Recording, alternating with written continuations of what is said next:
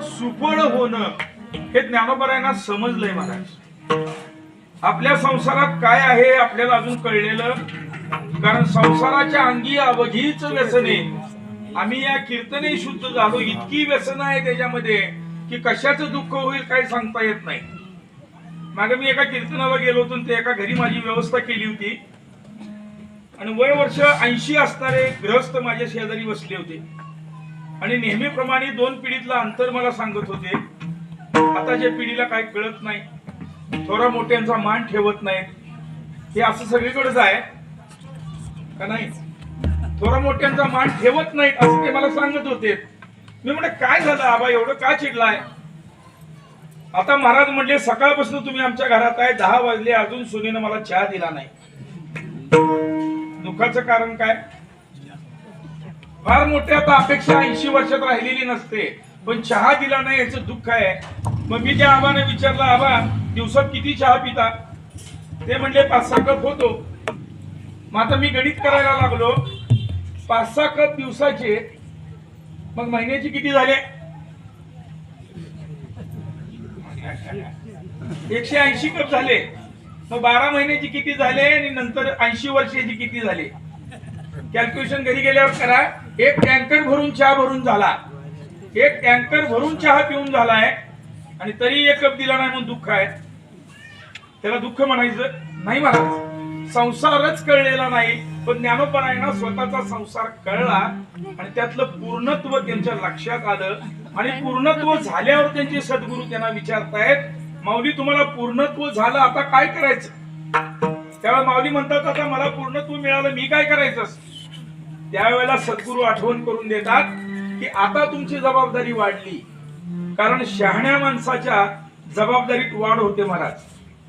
लक्षात घ्या, पूर्वी म्हणायचे शाळेमध्ये शिकवणाऱ्या शिक्षकांच्या वरती देशाची संस्कृती अवलंबून असते, असा एक पूर्वी प्रघात होता. आता ते राहिलेलं नाहीये.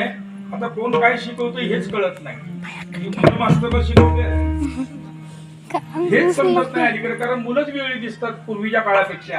पण काही शहाण्या माणसांची जबाबदारी समाजामध्ये वाढते महाराज.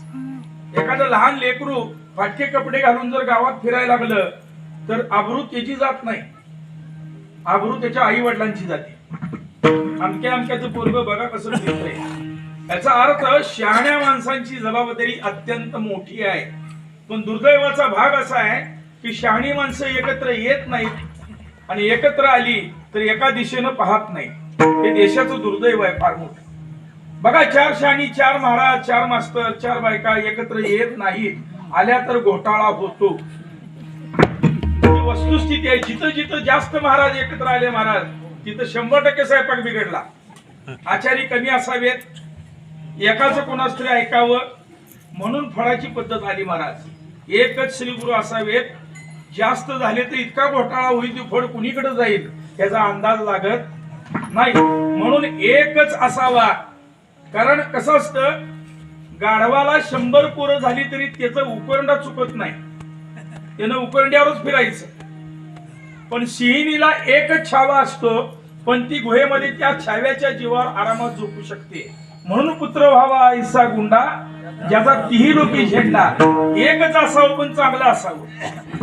कारण आम्ही फिरत असताना हे अनुभव आम्हाला येतात. एका गृहस्थानं मला सांगितलं 3 मुलं आहेत. मी म्हटलं 3 मुलं काय करतात? ते म्हणले एक असतंय ते एरवड्याला असतंय, दुसरं काय करताय तर दुसरं कळंब्याला असतंय. एरवड्याला कळंब्याला काय तुम्हाला माहित आहे, मी सांगायची गरज नाही. मग मी विचारलं तर तिसरं काय करतंय? नाही, अजून ते लहान आहे, गावात किरकोळ छपरं पेटव, गंजा पेटव एवढंच करते, काय करत नाही. मग ही 3 पोरं असून करावी काय? मला सांगायचा भाग असा आहे की माझ्या ज्ञानेश्वर माऊलींसारखा शिष्य आणि निवृत्तीनाथांसारखा गुरु म्हणून ते माय आणि पुत्र असं नातं जुळू शकतं. आणि म्हणून ज्ञानोबरायांनी आपल्या गुरूंच्या स्तवनासाठी अनेक ओव्या कशासाठी खर्ची टाकल्या तर सद्गुरूंनी मला संसाराची ओळख करून दिली. आणि हा संसार सुफळ हे अशक्य कोटीचं ज्ञानोबराय बोलतायत. संसार खरं तर सुफळ होऊ शकत नाही, ज्याला आपण संसार म्हणतोय तो. आपण ज्याला संसार म्हणतोय तो कधीही सुखाचा होऊ शकत नाही. आमच्या शाळेमध्ये आम्हाला निबंध लिहायला द्यायचे, मी पंतप्रधान झालो तर.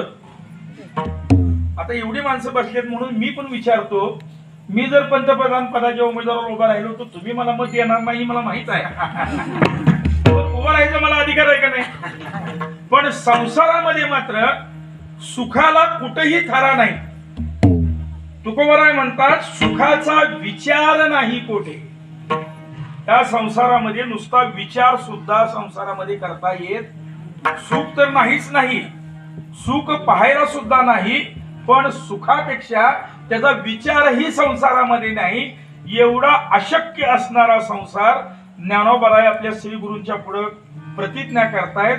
अवघाची, एकट्याचा नव्हे, अवघाची संसार सुखाचा करीन. हे अशक्यप्राय वाटणारी गोष्ट ज्ञानोबाराय करायचं म्हणतायत. हे त्यांना शक्य होईल का? हे आमच्या निवृत्ती नाताना माहिती होतं ज्ञानोबाराय हे करणार. हे अशक्यच आहे हो. एवढं सोपं आहे का मला सांगा? हा संसार अशक्य आहे, पण जे अशक्य ते शक्य करतात त्यांनाच संत म्हणतात. सहज घडतं ते आपण करतो महाराज, सहज जे करतात ते आपण, पण जे अशक्य असणार, अशक्य ते शक्य करणारे ते संत असतात. आणि जे अशक्य नाही ते आपण करतो. आपण बघा, कधी करून बघा तुम्ही एखादी गोष्ट. आता दिंडीला आम्ही चला म्हणलं, पहिलं वाक्य आम्हाला येतो लोकांचं, आम्हाला जमल तिथपर्यंत चालेल, गाडीची व्यवस्था आहे का? जाताना जो हरलाय, सुरुवातीला जो हरलाय तो शेवटपर्यंत टिकत नाही महाराज.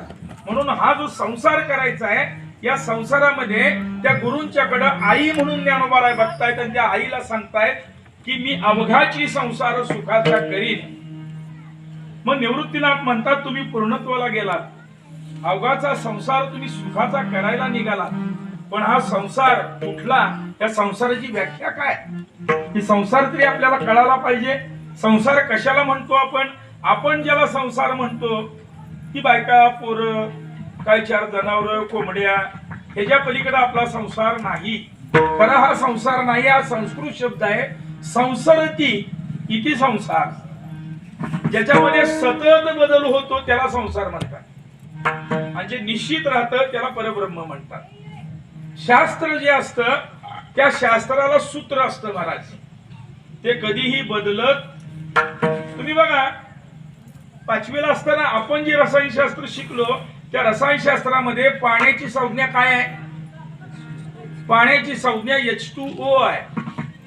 आणि 100 वर्षानं शिकवलं तर पाण्याची संज्ञा बदलत, कारण त्याला सूत्र आहे. आपल्या घरातलं रोज बदलतं.